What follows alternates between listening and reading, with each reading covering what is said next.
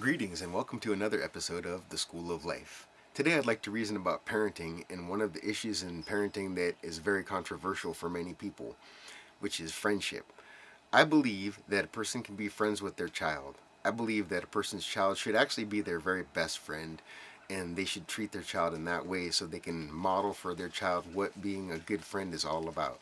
When I say being a good friend, what I really am thinking is a real good friend is somebody who is able to be honest, somebody who's able to be genuine, somebody who's able to express unconditional love, and somebody who's also able to demonstrate consequences and the need for consequences and to impose those consequences, and also on the other side of that, to be able to give support to their friend when their friend is going through a difficult time.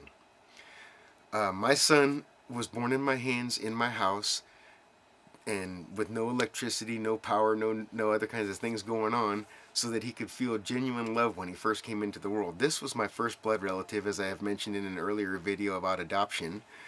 And so to me, as I put his head onto my heart as a brand new infant, I accepted him as my new best friend, and I dedicated my life to being the perfect example of what a good friend is all about, so that he would understand what real friendship is all about and could find that with other people. So being a friend a lot of times is about unconditional love, which of course every parent should have unconditional love for their child, and I hope we can all agree about that. If we can't agree about that, maybe you need to go and reason with somebody about why you're not feeling unconditional love toward your child, but that's a whole separate topic right there. But in any relationship, any true friendship, there should be an expression of unconditional love that's felt by both parties.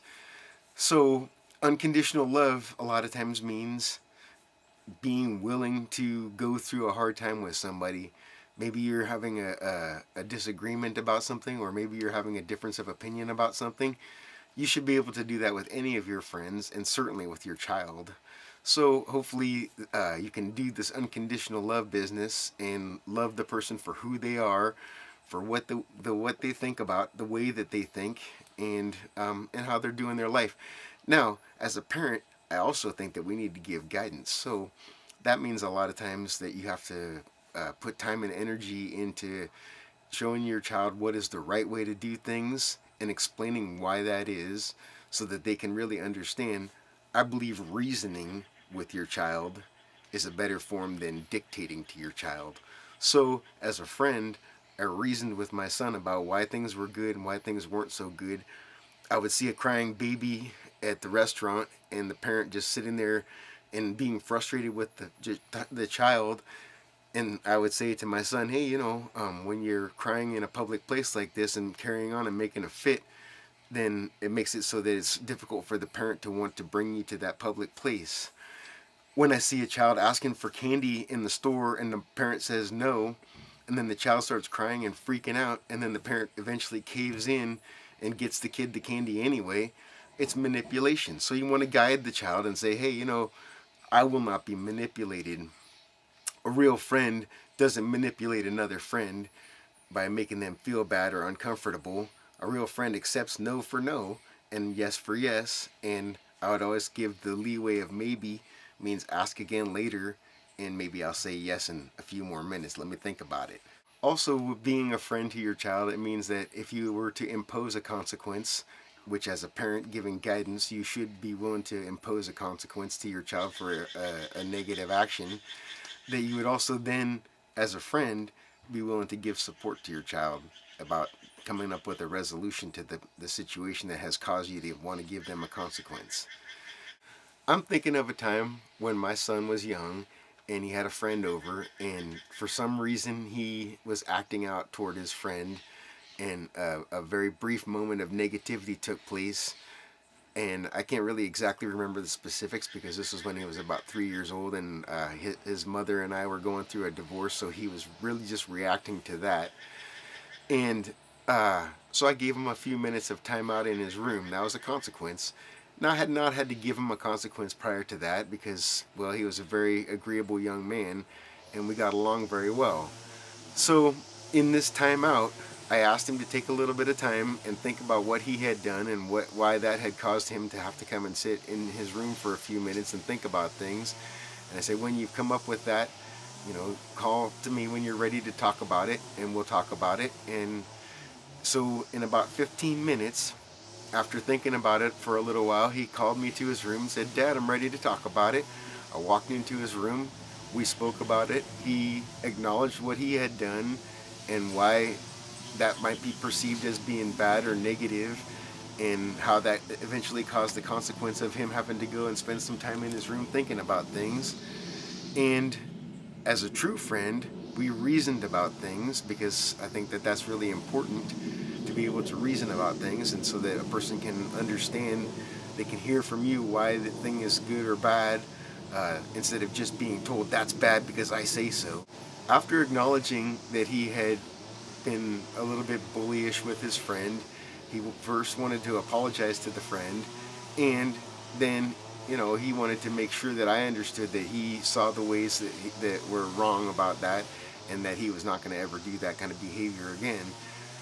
Now, by reasoning about this, instead of just giving some punishment and letting that just kind of go by and not reasoning about it, we were able to get to a place where he decided that I don't want to do this again. I don't want to be punished again.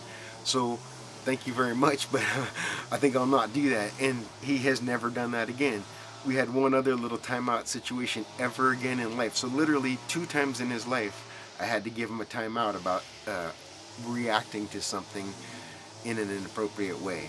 And other than that, I never had to raise my voice. I never had to feel frustrated, because anytime that we feel frustrated with our child for their behavior, we should be looking at also what it is that we are modeling ourselves, and try to not be frustrated, trying to not feel anger or aggression, especially towards our children. They need to feel love. They need to feel the security of, look, this person has my back no matter what. So I guess in quick conclusion, I'd like to say that there is room for friendship in parenting. I think that every parent should be the best friend to their child that their child will ever know.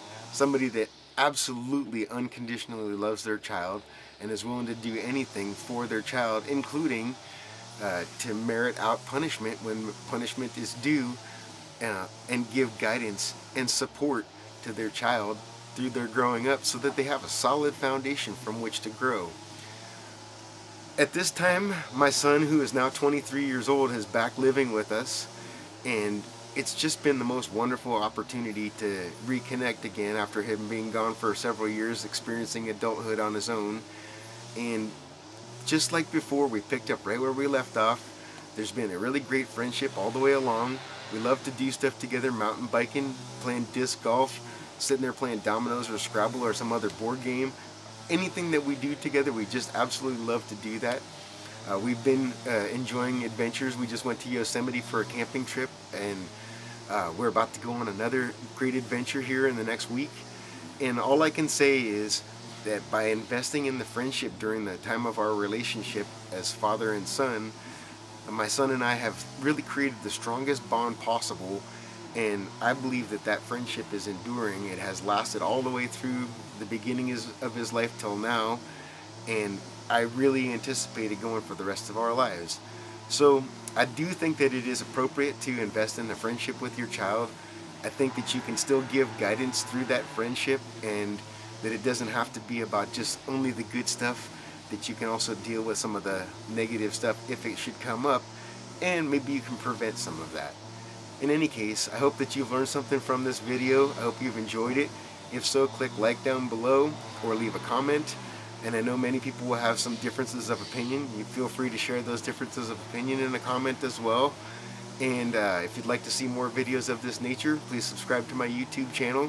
I'm Burton Eubank. Thank you very much, and bless.